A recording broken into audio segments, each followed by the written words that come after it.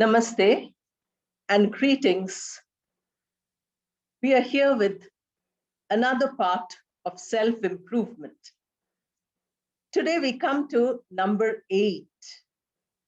I hope some self-improvement exercises are being carried out by all our listeners. I got some emails also talking about the earlier parts. It would be wonderful to get more feedback and more areas of where each one of our youth would like some self-improvement or the other. I'm just sharing my ideas, but please remember that add your ideas to them and the self-improvement program becomes much richer. As I mentioned earlier in the last part, today we are going to talk about critical thinking. We have creative thinking in the last part. In the following part, we will have lateral thinking. Today, I'm talking about critical thinking, which has become very important now because the term is widely being used. This, of course, does not mean that critical thinking was not important earlier.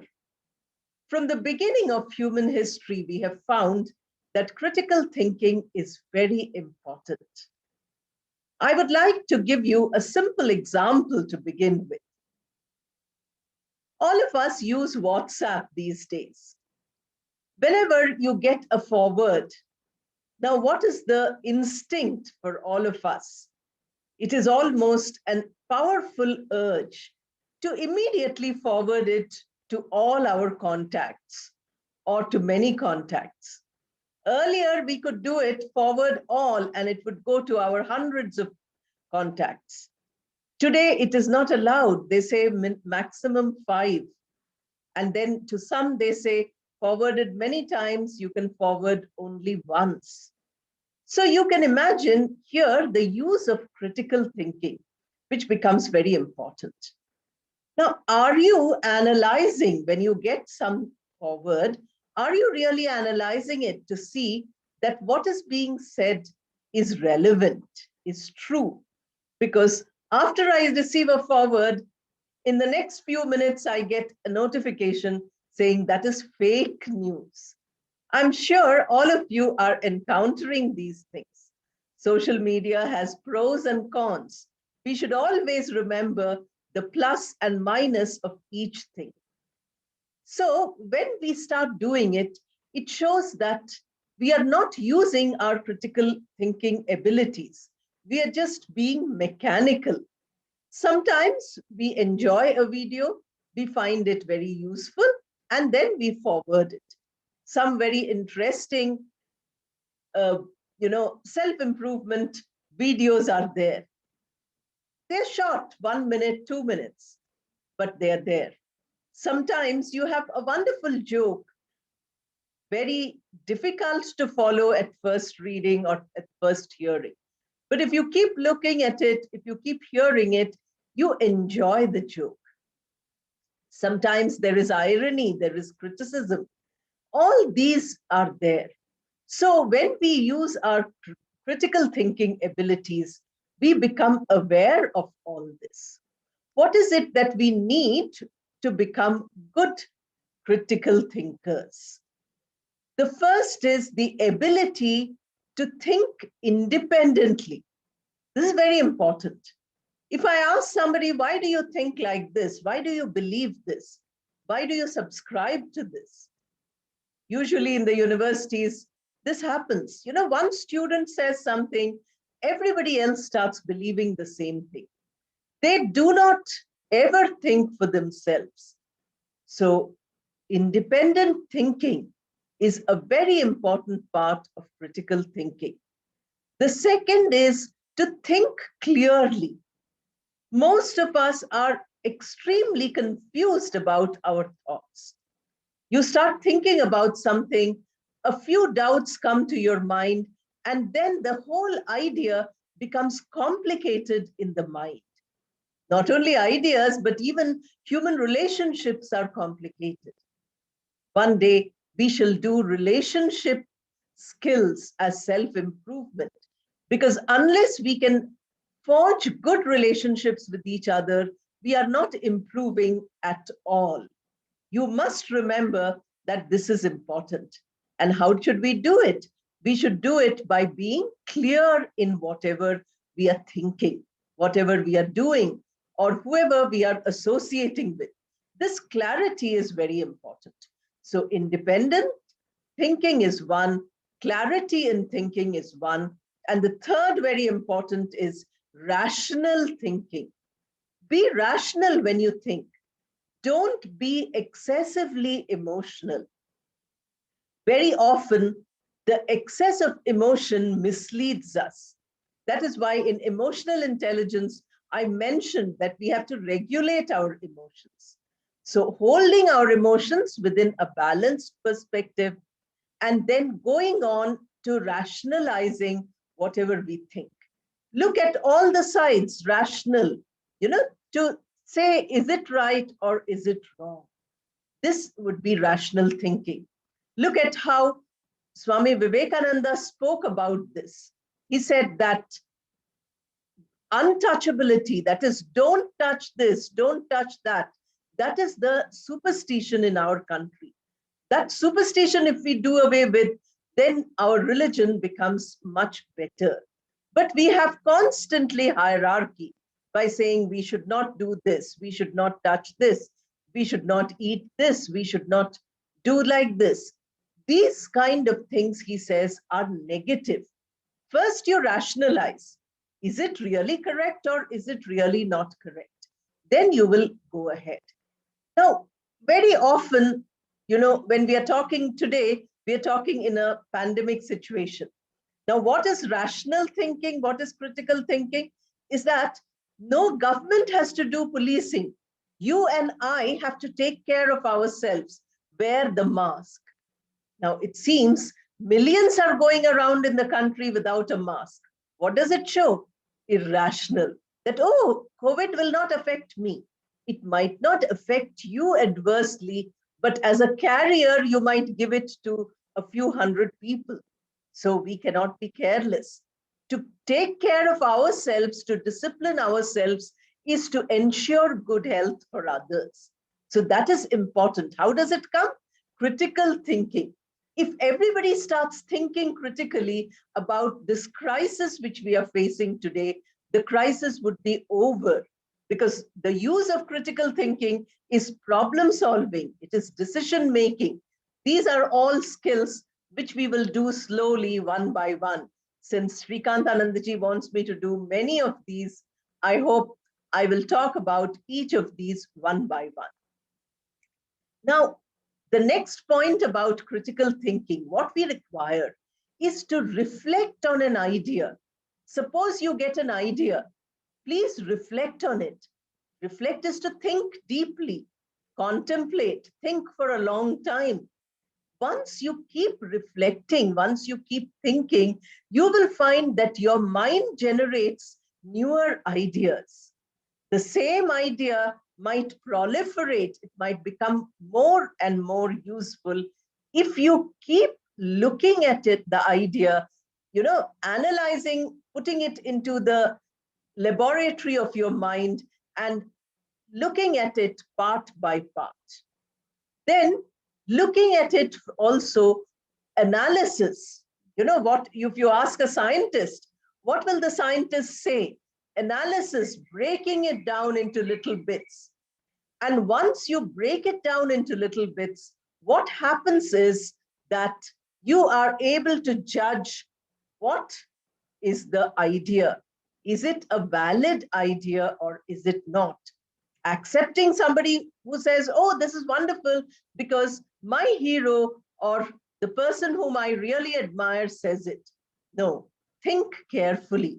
See how at every point, Swami Vivekananda, who was the disciple of Sri Ramakrishna, used to test him, to test his ideas, to test his very personality. These are what we have to do also. This is the quality of critical thinking. If you look at great people, you will find that they are progressing because of their critical thinking ability. Now, we have to also make connections. Whenever we have a thought, we have to join it to other thoughts. And that is what making logical connections. If there's such a thing happens, then this will be the result. If we are careful, we wouldn't have had a second wave of COVID. If everybody is disciplined, then there will not be a problem of indiscipline in our city, in our state, in our country, etc. If we start thinking like this, then we find that we are using critical thinking. So these are the requirements, these 6 points which I've mentioned to you are all the requirements for becoming good at critical thinking. Now let us see some examples. All this time I have been giving you examples from the experiences of Sri Ramakrishna, Ma Sharada, and Swami Vivekananda. In part 8, I'm sure you can yourself give me some examples from them. So since we do not have a two-way communication, I'm assuming that in your mind, some examples of critical thinking are coming from them. So today I'm not giving any examples from there. I thought I would give you some other examples. Let us take the example of the language Sanskrit. Some time back, NASA is supposed to have said that Sanskrit is a language which can be used best for artificial intelligence. I'm just telling you, I know nothing. I'm not a space scientist. So I'm only telling you hearsay. That is not admissible in court. If you read, books, or if you see court proceedings, you will know hearsay is not allowed. But I'm just using it as an example. They also said that in computing, Sanskrit is very useful.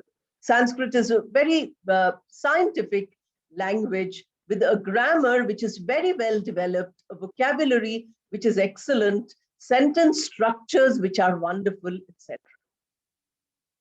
When we were young, Sanskrit was not taught in most of the schools. I never learned Sanskrit in my school.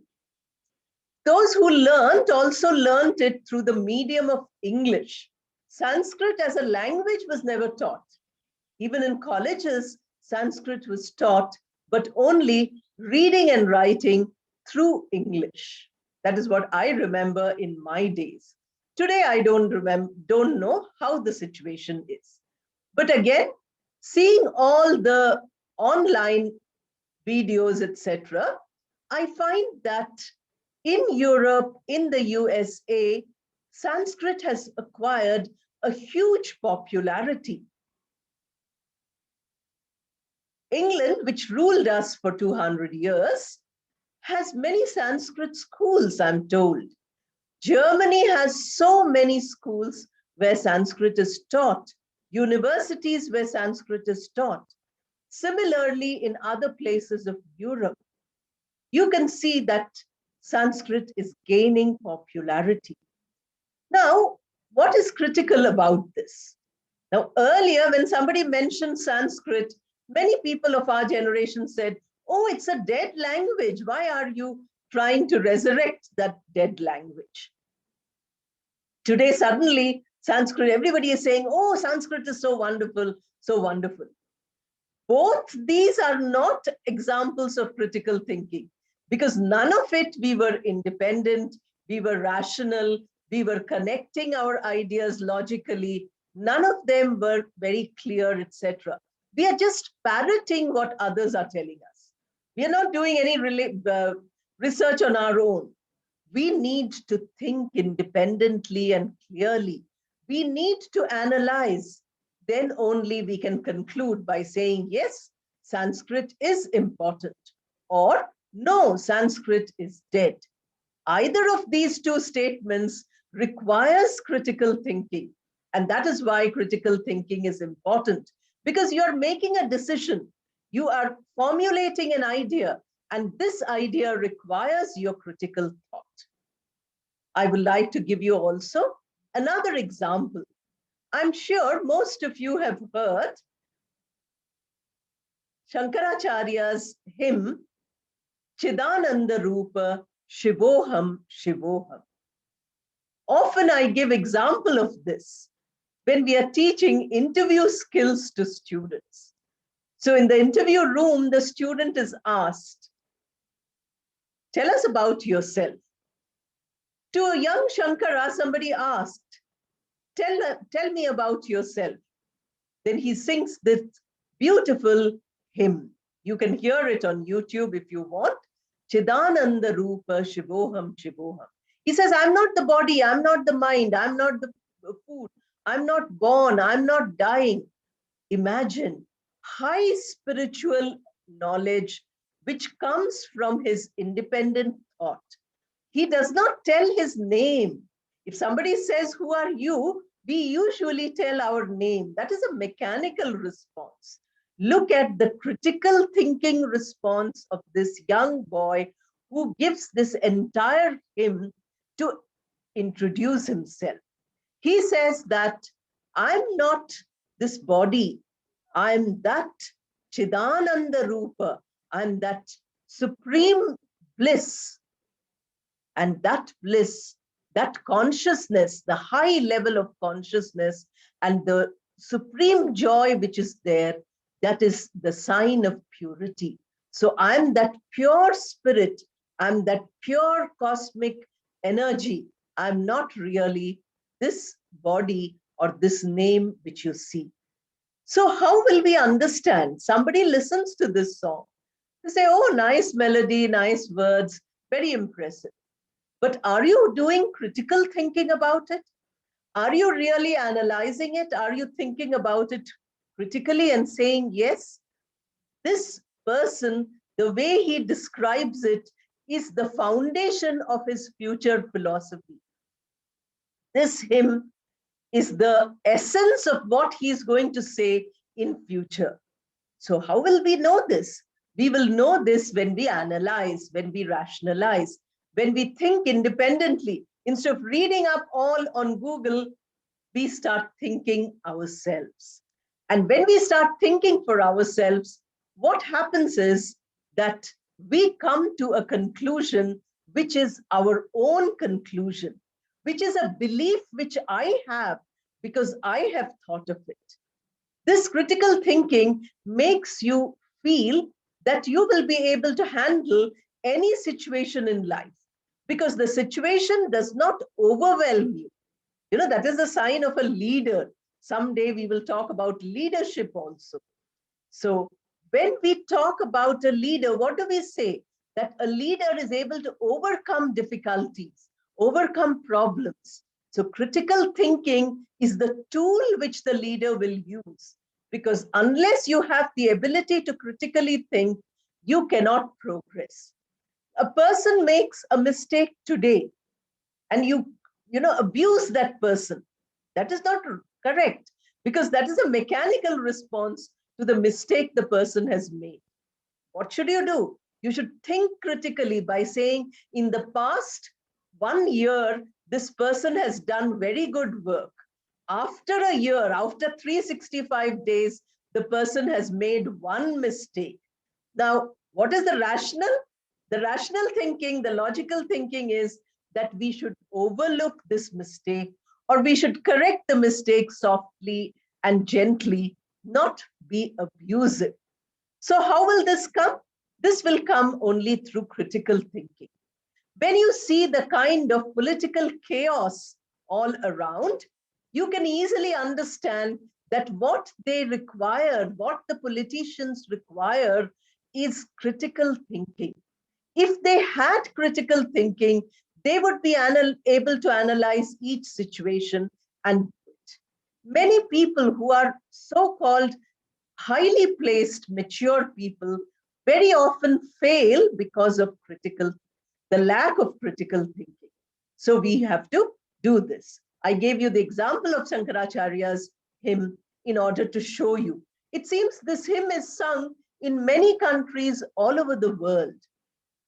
Once I saw a video of some country in Europe, maybe Finland or Norway, I don't remember really, that those young children are singing this song.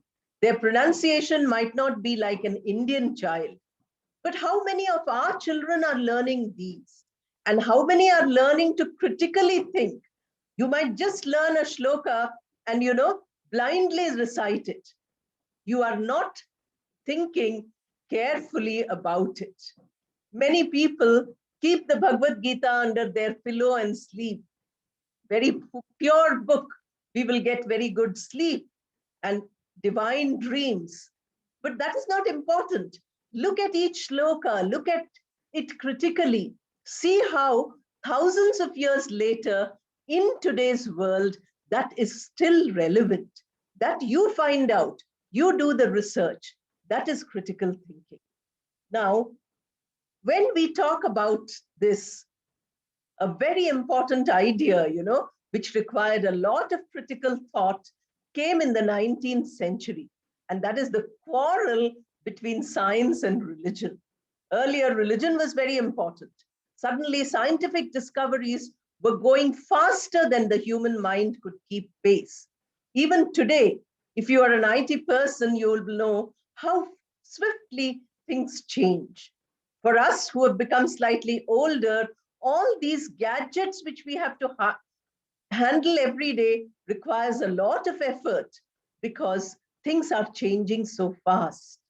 So when you want to look at science in the 19th century, you will find that there is a huge debate that religion is useless, religion is only an opium, religion is deceptive, religion is terrible, because science is on top. But one of the greatest scientists of the 20th century, Albert Einstein, gave a wonderful definition. This is an excellent example of critical thinking. He said that science without religion is lame. You have lame means you can't walk. You have no legs. Science, in order to progress, in order to move, science requires the help of religion. If religion is there, then science is able to walk. It is not lame. But religion without science is blind. Religion cannot see anything unless it sees through the lens of science. You can read an essay by Swami Vivekananda called Science and Religion, which is there, I think, in volume 1 of his complete works. There you will find that Vivekananda is anticipating much, much earlier than Einstein, what Einstein has said and what I quoted just now.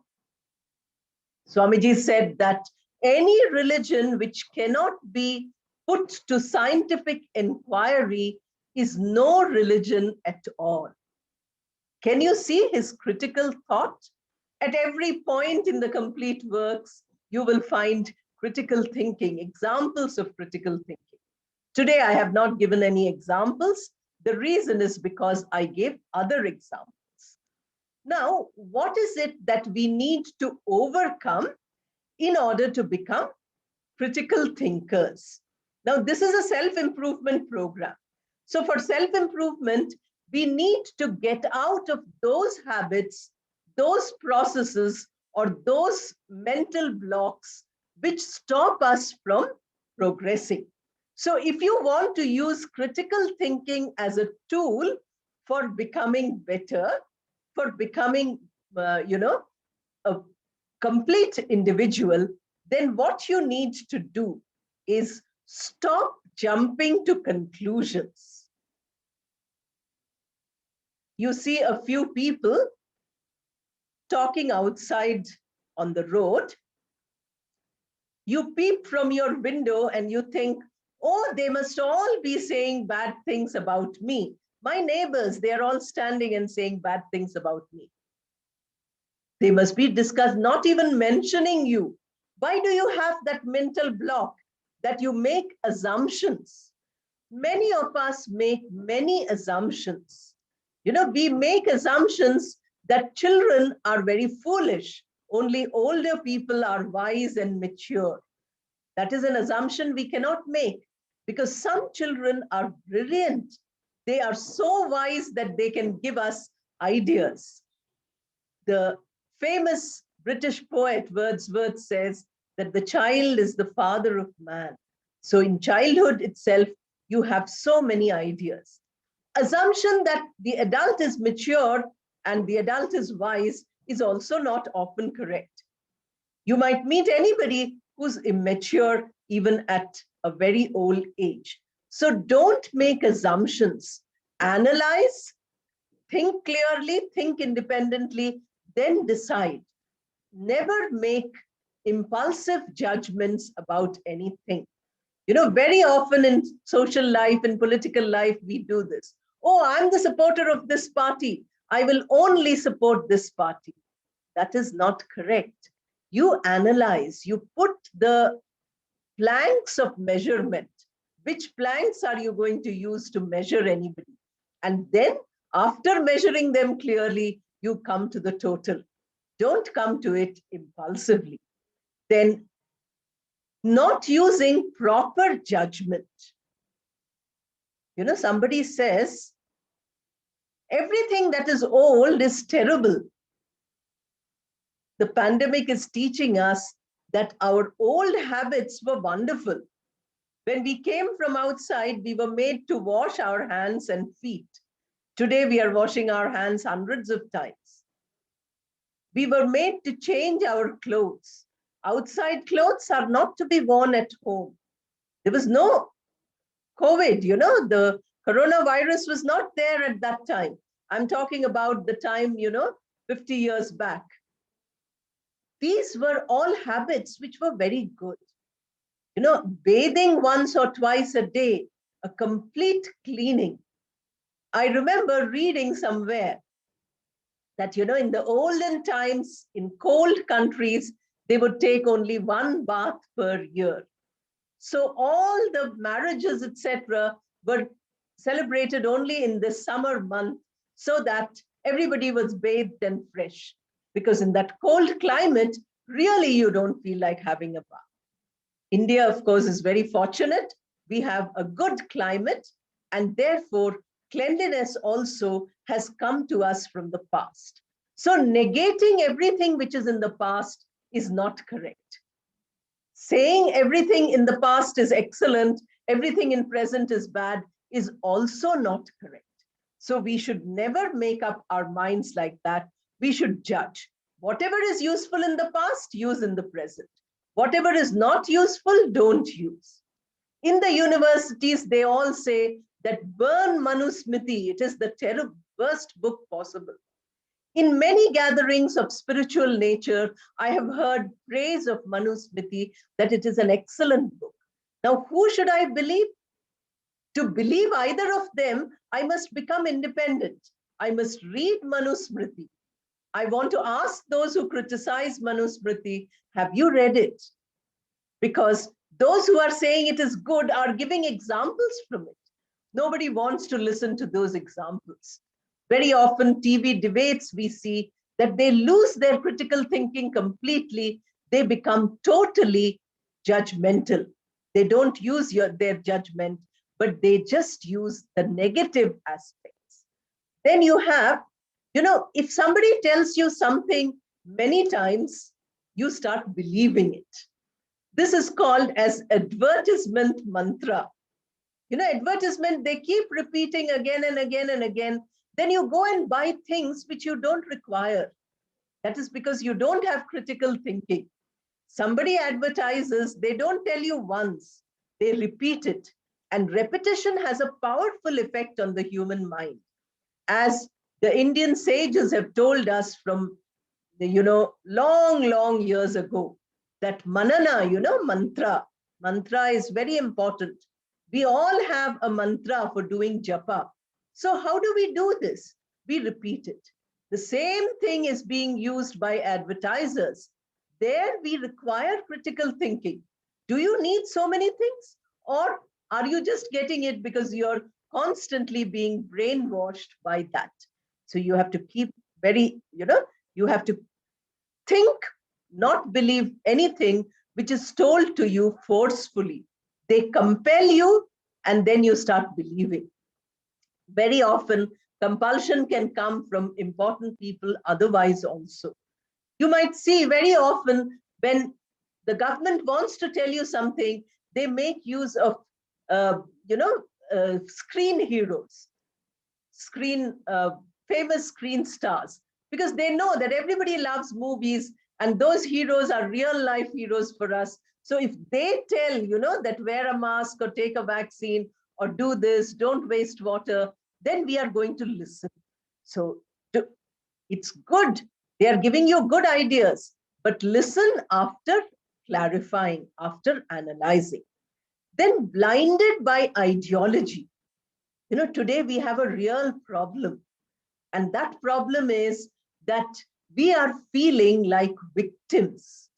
There was a time, if you read Swami Vivekananda's inaugural address, Chicago address, which made him in 3 minutes a world famous personality, just 400 odd words. I'm sure all of you can read. There he reiterates again and again that our religion is something which accepts all religions. It is not tolerance, but it is acceptance. Today, how have we become? Most people who profess to be Hindus are also becoming very fanatical. Now, what are we doing? We are killing the spirit of our own religion. Real Hindus are people who talk about Sarva Dharma Samanvaya, that is, the conglomeration of all religions. We also talk about Sarve Bhavantu Sukhinaha. Let everybody be happy. We are never going to say that if you subscribe to my religion, you should be happy. If you subscribe to another religion, I want to curse you. We never say that. So where have we lost that? Very often, we are believing in ideology through propaganda. So this we should stop. And the only way of stopping it is not to go on the other side by saying, although I'm a Hindu, I don't want to be a Hindu. That is not good. We are proud to be Hindus, but we should be rational Hindus, critically thinking what is real Hinduism and what is unacceptable. To say that eating this or eating that, wearing this or wearing that, doing this ritual or doing that is religion, that is a very, very narrow and a very blinkered definition of Hinduism. We cannot be like that. So let us all become critical thinkers also in ideology, in things which really matter to us. You might have seen very often in movies, they show how, if the father is a judge and the son comes as the criminal, the father has to use some real judgment to punish his own son. Many movies have shown this. What is the father using here? He's using critical thinking. He's not thinking of the son as his own blood and flesh and blood. He's thinking of the son as an objective entity who has committed a crime. So now last, let me tell you what you need to do to make your critical thinking strong. You must question all assumptions. Swamiji did this. He said, he'd asked his guru, why do you worship in the temple that stone image? I don't believe. But as I told you many times, at the end of his life, he started believing. It took him some time. So questioning is one way of arriving at a conclusion. Then you have to use reason and logic. Starting from today, in your self-improvement graph, always think deeply, think carefully, think in a way which you have, logic and reason. These are two things which are important. If you are thinking about a problem, which is what usually critical thinking strategists are telling us, think of both the pros and cons. Okay, I have a problem. Students don't have classes now offline. They only have online classes. So what is critical thinking? What students are doing, they are logging in and they are disappearing. the teacher thinks that all of them are there. So what should a student do? The student's critical thinking should tell them that since I cannot go to school or college, let me make the best of this limited facility. That ability will come only when the student analyzes his or her behavior. That requires critical thinking. And then, always think from pros and cons from different angles. Suppose you quarrel with somebody, you will take your side, and that somebody will take his or her side. But we shouldn't do that. The day we start taking the other people's side and also look at their problem, we will never have a quarrel which is very serious, a problem which is very serious. So these are the advantages of critical thinking. To be a complete human being, we should have this tool with us. Unless we have the ability to think critically, people can cheat us, people can dupe us, and we can fail repeatedly because we never learn through experience. So let us practice. All these for me to share with you takes a few minutes, but to practice might take years and years and a long time. So I wish you all the best. I hope everybody is looking towards their own self-improvement. We shall continue to meet. Namaste and thank you.